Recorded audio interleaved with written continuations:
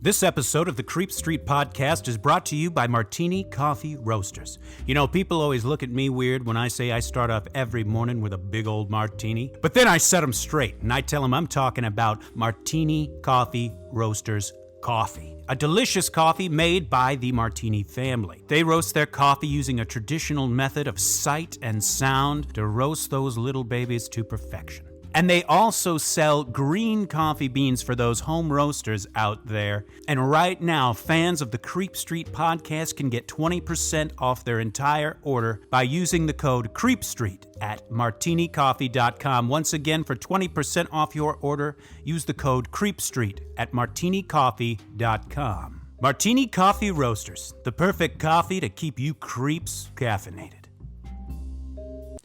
You've taken a wrong turn down Creep Street.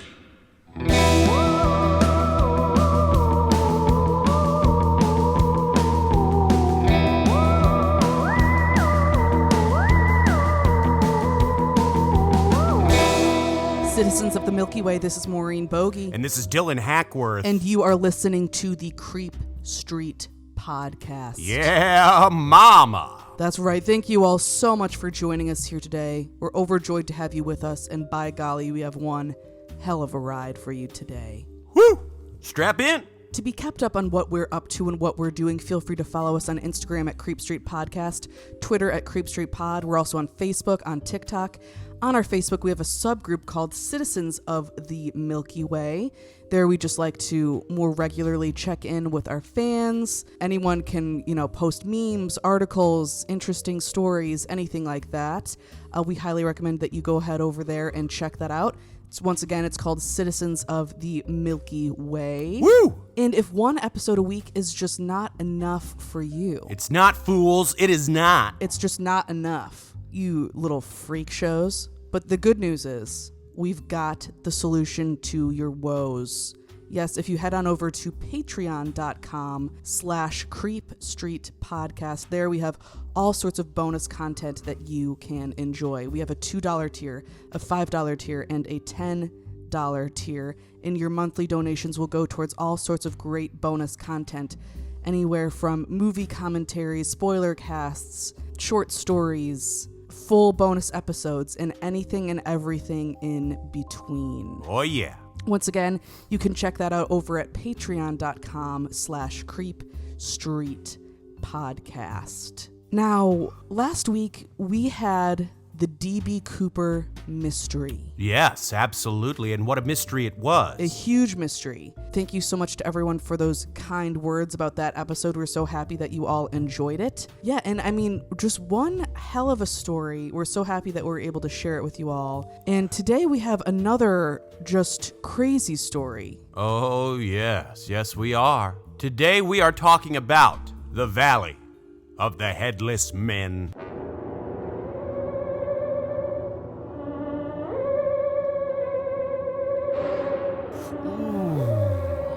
Mamma mia, here we go again. Oh my god, that's a fantastic film. But this story doesn't have anything to do with open up a hotel in Greece. It does not. And let me sprinkle your baklava with my sources here. Oh, come on. In fact, this has nothing to do with Greece. This is all in Canada, so I don't know why I keep making Greek jokes. Our sources for today, we have a few. An article called Valley of the Headless Men, Mysterious Decapitations in Canada's Nahanni Valley by Alexa Vukovic at ancientorigins.net. The Mysterious Valley of the Headless Corpses by Brent Swanser at Mysterious Universe. And then some YouTube videos. Legend of the Nahanni Valley, Northern Canada's Greatest Mysteries by Hammerson Peters. The Valley of Headless Men by Mr. Ballin YouTube page. And also Headless Valley, The Horrific Secrets of Nahanni National Park by the Paranormal Scholar. Wow, Dylan, this sounds like a weird, spooky, scary kind of time. You're absolutely right. But Maureen, before we start, I gotta give a one-time shout-out. Oh my god. A little special shout-out to a very special listener. Give it on up for the ominous Owen Van Buren. Owen, yes, we are so grateful for you, Owen. Thank you for listening and being a citizen of the Milky Way, a Creep Street Homeowner Association member. And gosh darn it, we just love you so much. And thanks for listening, bud. Yes, thank you. Now, on to our story. So for this story, as you might have guessed, we're going north. Way, way north into the vast wilderness of northern Canada. We've visited Canada a few times in past episodes, I believe, and Oh, yeah. it's no surprise that the Northwest Territories of Canada are considered some of the most beautiful and yet unexplored places on Earth. Specifically, our story takes place in Nahanni National Park, located in the Dheko region of the Northwest Territories. Nahanni National Park is about as remote of a place as you can find on Earth. The nearest town is that of Yellowknife, located about 500 kilometers or 311 miles away. Oh my God. In fact, we have some listeners in Yellowknife, so tip of the cap. Oh, hello, Yellowknife. Thank you for listening. Yes. Well, in 1978, the place was named a UNESCO World Heritage Site. In this area, you can find all sorts of natural wonders: rugged cliffs, peaks, vast forests, springs, geysers, rivers, and even huge waterfalls. One in particular, near where our story takes place, is Virginia Falls, an absolutely huge waterfall. The national park is actually part of the Mckenzie mountain range, and of course, where our story takes place, the Nahanni Valley. Well, as you might expect, this area is considered to be rather inhospitable. Of course, there's the unforgiving terrain and extreme weather, and the predators of the forest. Huge grizzly bears and timber wolves roam the area freely. But there are other reasons many have come to fear this place. Over the last century, numerous unfortunate souls have ventured into Nahanni Valley, never to be seen again, and many that were found dead, their heads having been cut off. Ooh. Even though the place is a national park, the place is actually not visited that often by people simply because it's so remote that just getting there can be a dang headache, and probably an expensive one at that. Many centuries ago, though, the area was first populated by an indigenous tribe called the Dene. The Nahanni River that flows through the area is actually a rather rare type of river on its own, apparently. According to my source, the Nahanni River is what is known as an antecedent river, which means it's flowing in the same course that it was before the mountains that surround it were even formed. That's why, from above, it appears as though the mountains actually flow with the river rather than the other way around, because they kind of do. Oh, interesting. However, it's been determined that the Dene people never actually settled right along the Nahanni River as one might expect. This might have been because of another tribe, which we'll get to. Oh gosh. It's been determined that the first indigenous folks to populate the area, this was upwards of 9,000 to 10,000 years ago. Through their oral histories and legends they have passed down through the centuries, we have come to learn that the natives in the area have always feared the Nahanni Valley. Many of their folk tales claim the place to be haunted by all manner of spirits and devils. It was also believed that the lands were stalked by dangerous and violent creatures, mysterious creatures. In Dene folklore, they even tell of another tribe of people who lived in the Nahanni Valley. They were very much feared by the Dene, and they called them the Naha. In fact, the word Nahanni comes from the Dene language, which apparently means the river of the land of the Naha people, and according to some of my sources, it translates to the people over there. Okay. According to their folklore, the Naha tribe consisted of violent and brutal warriors. It's said they wore terrifying masks and even armor that was decorated with frightening imagery. The mysterious tribe was known to violently decapitate their enemies. According to Dene legend, the Naha were larger than normal people and carried with them strange and powerful weapons that the Dene had never seen before. They would come down from their mountains at night and raid Dene settlements, killing folks and taking their women and children. As the legend goes, a group of brave Dene warriors had finally had enough of this shit, and they silently snuck into Naha territory with plans to strike back. But to their shock, the entire Naha tribe is said to have vanished without a trace, never to be seen again. Wow. Okay, so just vanished out of nowhere. Yes.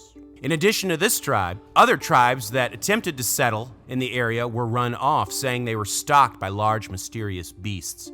According to old Dene legend, the entire area was haunted by a spirit whose shrieks could be heard reverberating through the valley. and it was this spirit that was responsible for these mysterious vanishings. Oh, but it doesn't just stop there. With this evil spirit and the brutal Naha tribe, Dene legend also maintains that the area was stalked by a group of large, hairy giants. These giants were called the Nakani and were said to be man-eaters.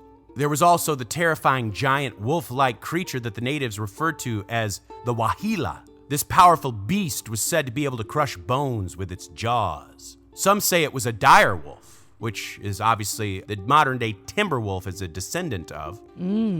But others claim it was what is called a bear dog, a ferocious creature that actually did exist but said to have died out about 8 million years ago. Damn.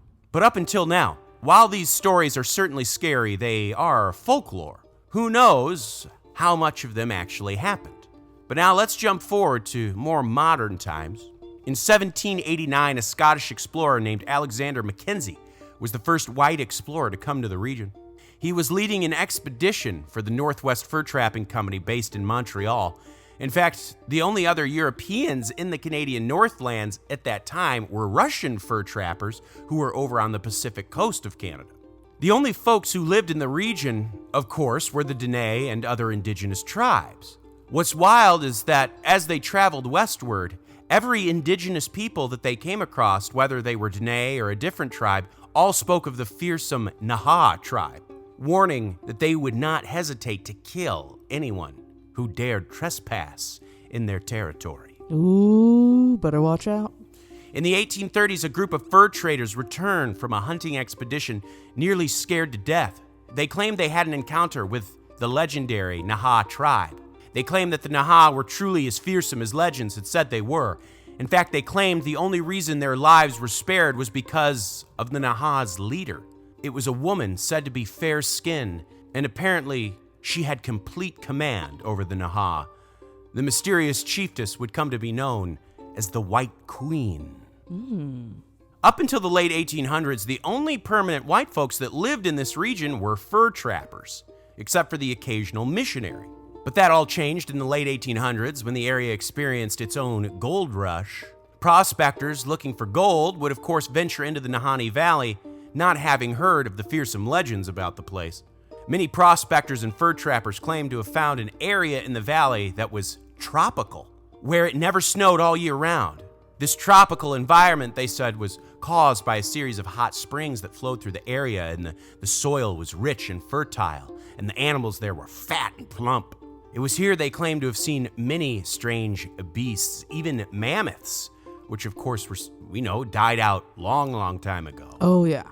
But apparently, they say some extinct animals we thought, like prehistoric animals, still roam in this little tropical haven. But at the beginning of the 1900s, weird shit began to happen in the Nahanni Valley that we know for sure happened. Let's start in 1904 when three brothers moved to the area of the Nahanni Valley. The Mcleod Brothers, which consisted of Willie, Frank, and Charlie. The Mcleod Brothers were, of course, on a mission for gold. They figured since so few people actually visited the Nahanni Valley, they might come across a huge gold deposit all for themselves. So the brothers made the difficult journey out there via train, some homemade boats, and even sled dogs. But after the long journey, they finally reached the Flat River, which runs right through the Nahanni Valley. Finding a suitable bend in the river to rest, they parked their boats and set up camp. They began sifting for gold along the riverbank, and almost immediately, they find gold. Oh. They get all the gold they can, and the next morning, they do the same thing, just scooping up tons of gold. In no time at all, they had filled all of their carrying containers to the brim. So they're like, okay, let's take this gold back home, cash it in, and then come back for more. Oh, yeah. They pack up all their shit back on their boats and they take off back home. Well, they weren't on the river long when the violent rapids of the Flat River capsized their boat. Oh, no. It actually broke apart. They lost a lot of their equipment, but they also lost all of their gold. They were able to salvage a few things like a rifle and some mining equipment. Using some of the wood from their old boat and getting some wood from the forest, they actually were able to make a shoddy sort of boat. And they went back up the river to their site where they had found the gold before, but wouldn't you know it, now they couldn't find gold at all. Weird. They went to bed that night devastated and decided that in the morning they would just leave and go back home, which is what they did. They get back home, but right away the two younger brothers, Willie and Frank, are itching to go back to the Nahanni Valley. If they were able to find gold once, they were certain they could find more. Charlie, though, is pretty burned out, and while he would love to find gold, he thought their first trip was too close a call, and he did not want to return. So over the next few months, Willie and Frank prepare for another journey, and in 1905, they set off again to the Nahanni Valley. This time, they have with them a friend of theirs named Robert Weir. Robert Weir was a personal friend of the brothers, and he was going to be accompanying them on this second journey. So the three men take off back to the valley, and here's the funny thing. The men never actually told anyone how long they planned to be gone for. So several weeks pass, and no word comes back from the brothers. Now, most people would have been concerned, but their brother Charlie, who stayed behind, wasn't concerned. He knew they were looking for gold, and perhaps they had found some, and they were just temporarily living out there. Plus, he knew his brothers were experienced outdoorsmen and could take care of themselves. Weeks go by, months go by, until it had been a year, and no one has heard from the Mcleod brothers. Yet still, Charlie was not concerned. He just figured the boys had struck it rich and were busy mining, and they would probably return home within the next few months. But then another year goes by. Oh my God. So now it's 2 years since any word from the brothers. Now Charlie is concerned. So Charlie Mcleod rounds up a posse, and they go out there looking for the brothers. They make the treacherous journey and finally make it to Nahanni Valley on the Flat River, the same river where he knew his brothers would have been on. So they're coasting down the river, gazing at both sides, looking for any side of the camp. They travel all the way up the Flat River to where it breaks off into the South Nahanni River. They travel down this river, down its sharp turns and careens, and they come to what is known as Second Canyon. And just for reference, there are 4 canyons that the water of the South Nahanni passes through, and they are named simply Canyon 1, Canyon 2, Canyon 3, Canyon 4, First Canyon, Second Canyon, so on. According to my source, these canyons are massive. The walls of the sheer cliffs next to the river can reach up to 3,000 feet. Oof. And the river itself is said to be very deep as well.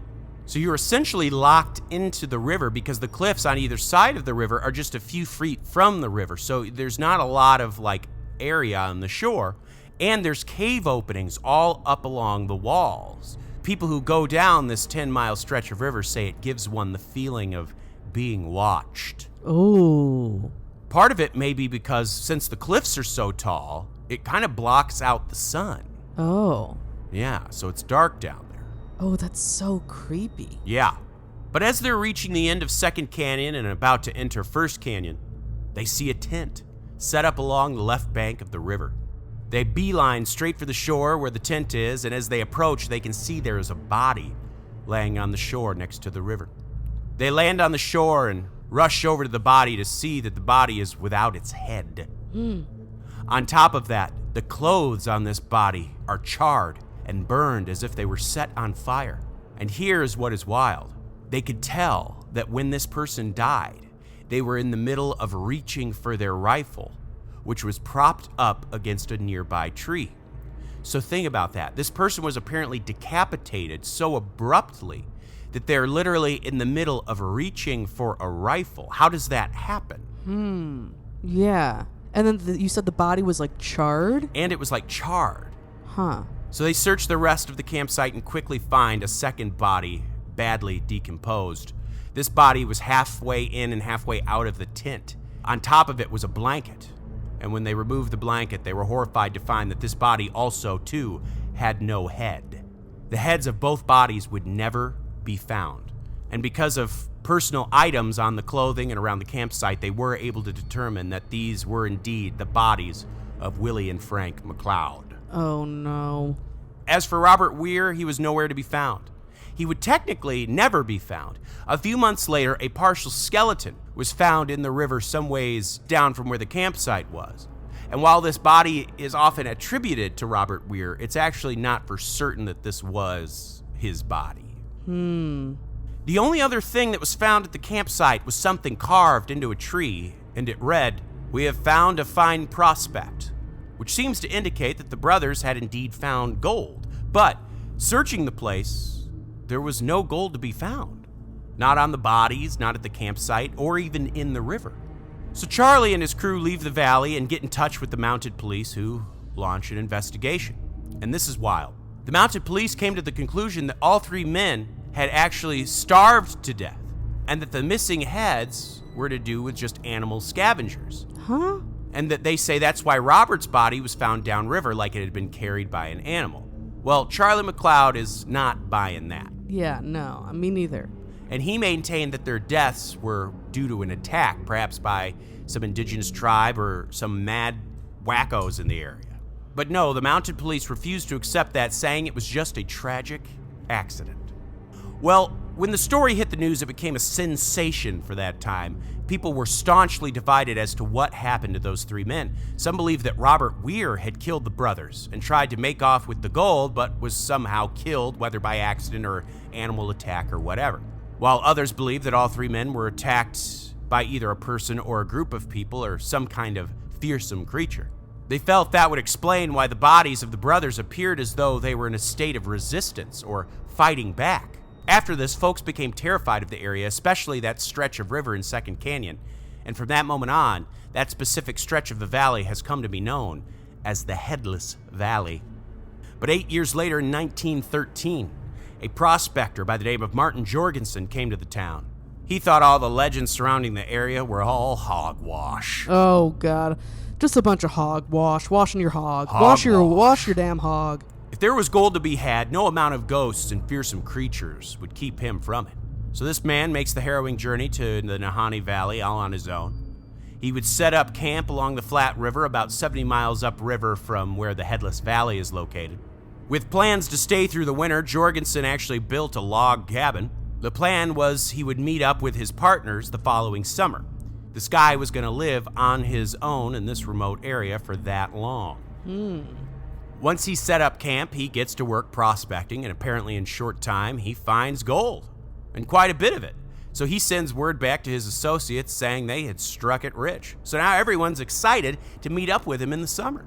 Well, summer comes, and Jorgensen's partners make their trek to where their planned meeting spot was. But when they arrive, Jorgensen isn't there. Oh, no. They wait for several days with no sign from their man. And of course, they begin to worry, and they all decide that they have to go into the valley to look for Jorgensen. So they make the journey into the valley, traveling up the Flat River, and finally they arrive in the general area where they knew Jorgensen had made camp. He had sort of described the location, and it seemed to match up. And they did indeed find Jorgensen's cabin, but to their horror, the cabin had been burned to the ground. And laying next to the ruins of the cabin was a headless corpse that was also charred, just like the bodies of the Mcleods. They were able to determine that this was indeed the body of their partner, Martin Jorgensen. Mounted police did an investigation but were unable to determine what had actually happened to Jorgensen. What's wild is that the police did not connect the death of Martin Jorgensen to those of the Mcleod brothers and Robert Weir. Even though their bodies were found in such similar condition, the heads were gone and their bodies charred, and all relatively within the same area.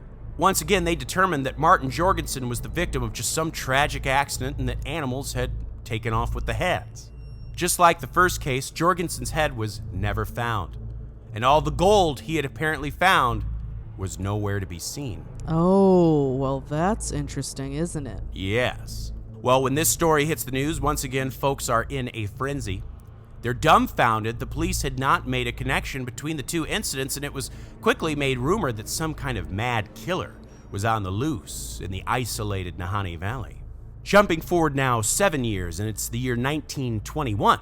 A brave gold prospector by the name of John O'Brien and his partner decided, you know what? Fuck it. Let's go to the Nahanni Valley and look for some gold. And keep in mind, even 7 years after the death of Jorgensen, tales of a crazed killer stalking the Nahanni Valley were still as hot as ever.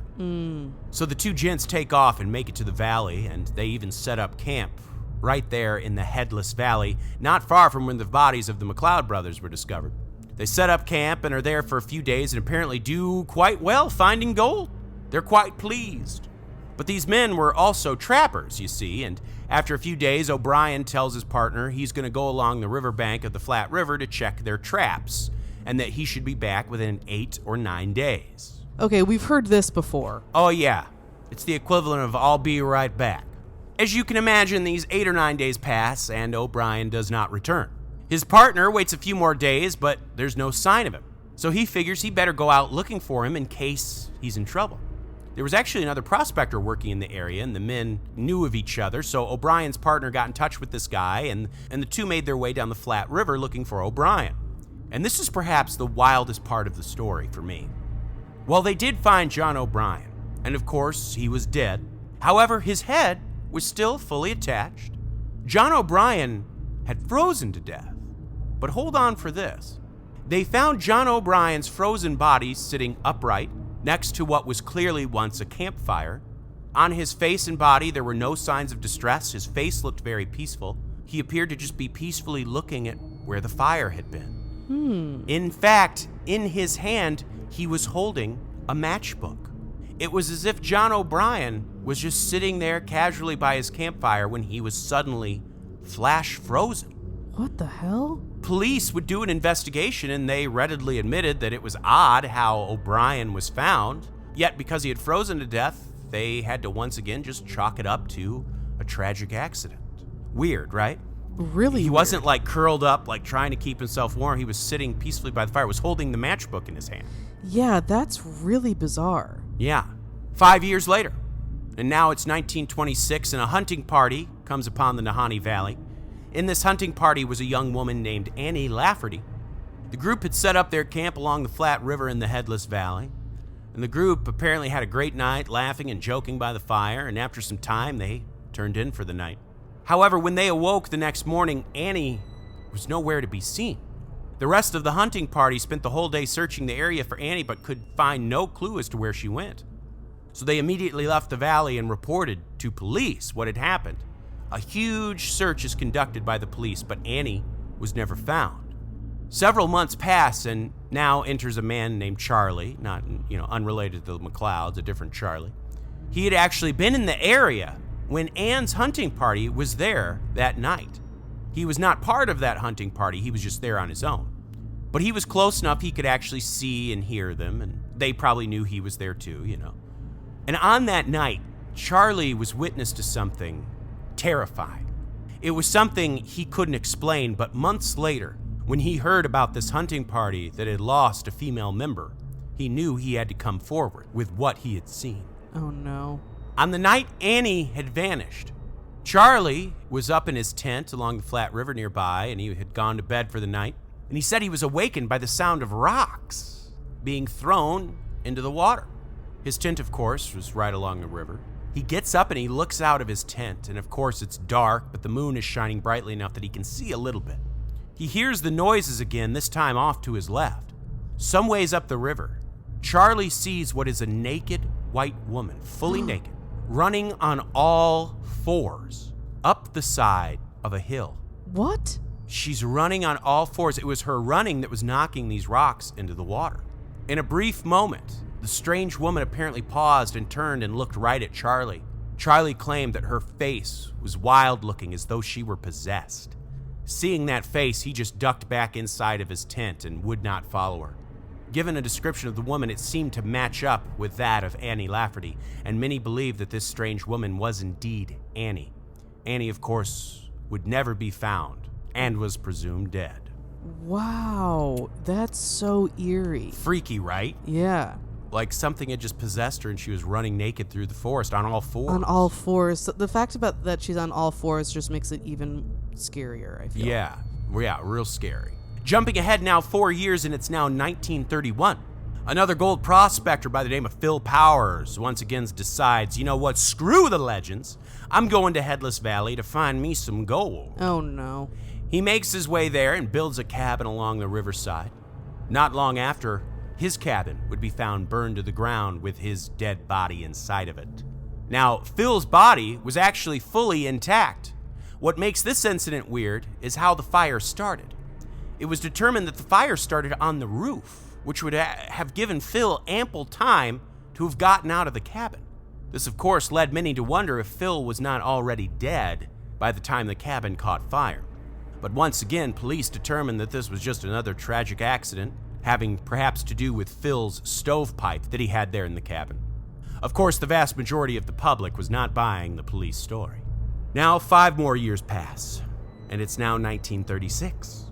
Two more prospectors named William Ealer and Joseph Mulholland, they had made their way to the Headless Valley just as those before them had, and they were there to try their luck at striking gold.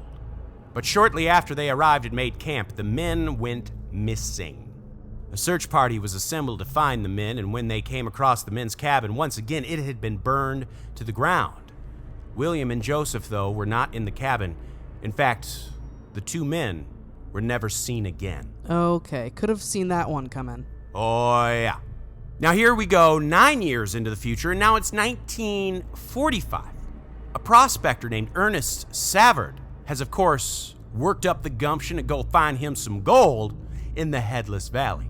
He was meant to meet up with his partners at a predetermined time and place, and of course, when these men got to their meeting place, Ernest was nowhere to be seen. Well, they went looking for him, and it didn't take long for them to find him. They found the body of Ernest Savard in his sleeping bag, laying right alongside the flat river. His head gone. I mean, what in the hell is going on? I know. Of course, the police chalked it up to the same old song and dance. They said Ernest most likely had died of starvation or hypothermia, and that animals had made off with the head.